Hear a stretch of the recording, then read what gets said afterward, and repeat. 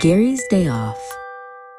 Deep in the bubbly world of Bikini Bottom, SpongeBob SquarePants was busy getting ready for another day at the Krusty Krab. He hummed a happy tune as he tied his tie and kissed Gary goodbye. Gary the snail purred softly, watching his owner leave through the pineapple door. But as soon as SpongeBob was out of sight, Gary's eyes lit up with excitement. Today, he wasn't going to stay home. Today, Gary had a plan. His very own adventure was about to begin. Gary slid out the front door, his shell gleaming in the morning light of Bikini Bottom.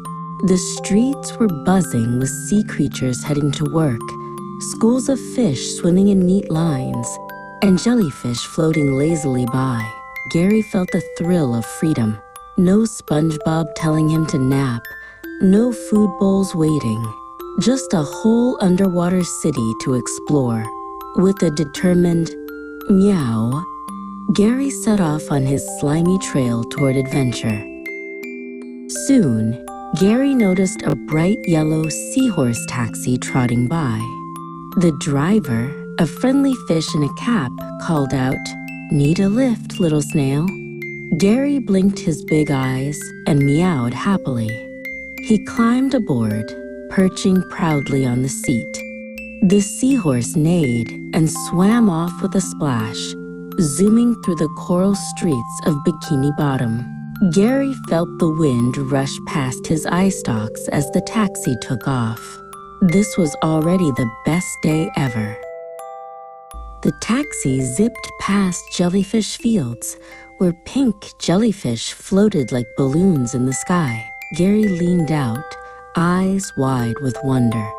He saw kids chasing bubbles, squids playing catch, and even a band of clams singing in harmony. Every corner of Bikini Bottom seemed alive with fun. For the first time, Gary realized how much of the world he had never seen. His little snail heart pounded with joy.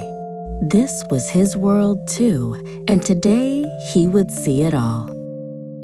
The taxi stopped in front of a huge banner that read, "Annual Snail Race Today." Gary's eyes sparkled.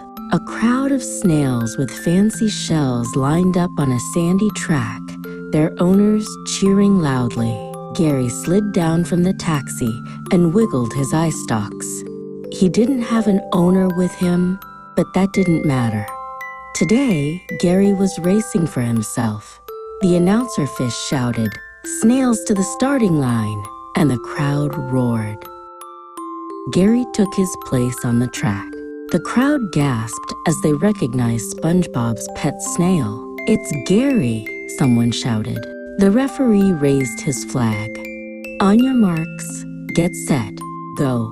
The snails inched forward, leaving slimy trails behind. Gary pushed forward with all his might. His eye stalks wiggled with determination. He was small, but he was fast. The crowd cheered louder as Gary surged ahead, leaving glittery bubbles in his wake. The race heated up. A big snail with spikes on its shell tried to block Gary's path. But Gary swerved, slipping past with a cheeky meow. A smaller snail tried to nip at Gary's tail, but Gary zoomed ahead, leaving the others behind. The crowd was going wild, waving signs and cheering his name. SpongeBob might have been flipping Krabby Patties, but Gary was flipping the whole stadium into a frenzy. With one final burst of slimy speed, Gary crossed the finish line first. The crowd erupted into cheers, and confetti rained down from above. "We have a winner," shouted the announcer. Gary lifted his eye stalks proudly, purring with victory. He had never felt so proud of himself. This wasn't just SpongeBob's pet anymore. Gary was a champion, a real Bikini Bottom hero for the day. After the race, Gary was whisked away to a fancy stage. A fish in a shiny suit placed a little golden crown on his shell. "All hail the Snail King," the crowd chanted. Gary purred loudly, feeling the crown sparkle in the light. A group of snails bowed to him respectfully. For the first time, Gary wasn't just SpongeBob's snail. He was the Snail King of Bikini Bottom. The Snail King was treated to a royal feast of kelp cakes, algae cookies, and fresh sea lettuce. Gary munched happily, his shell crown gleaming. Musicians played cheerful tunes, and jellyfish floated overhead like glowing lanterns. Gary felt like he was living in a dream. Who would have thought a regular snail could become royalty? He meowed softly to himself, soaking in every moment of his big day. After the feast, Gary joined a royal parade. Snails of all shapes and sizes marched behind him, carrying tiny flags and blowing bubble trumpets. Gary rode high on a seashell throne, waving his eye stalks proudly at the cheering crowd. For once, he wasn't just in the background of SpongeBob's adventures. This was his story, his parade, his day. But soon, the excitement began to fade. Gary looked around and noticed the sun sinking lower in the water sky. The parade was fun, but something felt off. He missed the warm smell of SpongeBob's pineapple house. He missed the sound of SpongeBob humming silly songs while making dinner. Gary realized that even though he had everything today, nothing felt as cozy as home. Gary slipped away quietly from the parade, leaving the other snails to celebrate. He took off his crown and tucked it gently under his shell. It was time to go back. He didn't need to be a king forever. He just needed to be SpongeBob's best friend. With a soft meow, Gary began sliding back toward the pineapple home he knew and loved. On the way home, Gary passed jellyfish fields again. The jellyfish glowed like little nightlights, guiding his way. He remembered the thrill of the race, the laughter of the crowd, and the sparkle of the crown. But more than anything, he thought about SpongeBob. He imagined SpongeBob's big smile when he returned home safe. That thought made Gary purr with happiness. At last, Gary reached the pineapple house. The windows glowed warmly from the inside. Gary slipped quietly through the door, leaving only a faint, slimy trail behind.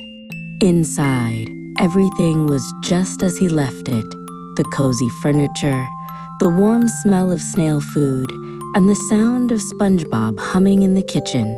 Gary's little heart felt full. He was home again. SpongeBob peeked around the corner and spotted Gary. "Oh, there you are, buddy," SpongeBob laughed, scooping him up gently. "I thought you'd been napping all day." Gary purred softly, snuggling into SpongeBob's arms. SpongeBob never suspected the incredible adventure Gary had just returned from, and that was just how Gary liked it. As SpongeBob prepared dinner, Gary curled up on his favorite rug. His shell crown peeked out from under the couch, a secret reminder of his amazing day. He stretched out, feeling safe and loved. Being the Snail King was fun, but being SpongeBob's Gary was even better. He closed his eyes and purred happily, ready for a good night's sleep. Outside, Bikini Bottom was still buzzing with excitement. Fish were talking about the incredible snail race, and kids were pretending to be snails, sliding around and laughing. But inside the pineapple house, everything was calm. Gary snoozed peacefully, dreaming of jellyfish fields, seahorse taxis, and cheering crowds. His adventure might be over, but his dreams would carry him back again. SpongeBob tiptoed over and whispered, "Good night, Gary." He tucked a little blanket around his snail. Gary purred softly in his sleep, wiggling his eye stalks happily. SpongeBob smiled, not knowing that his pet was the hero of Bikini Bottom today. To SpongeBob, Gary was just his best friend, and to Gary, that was the best title of all. And so, Gary's big day off came to an end. He had seen the wonders of Bikini Bottom, raced faster than any snail, worn a crown, and led a parade. But at the end of the day, all he wanted was SpongeBob's pineapple home. Adventures were fun, but friendship was everything. Gary meowed softly in his sleep, ready for another tomorrow, because even the littlest snail can have the biggest adventure.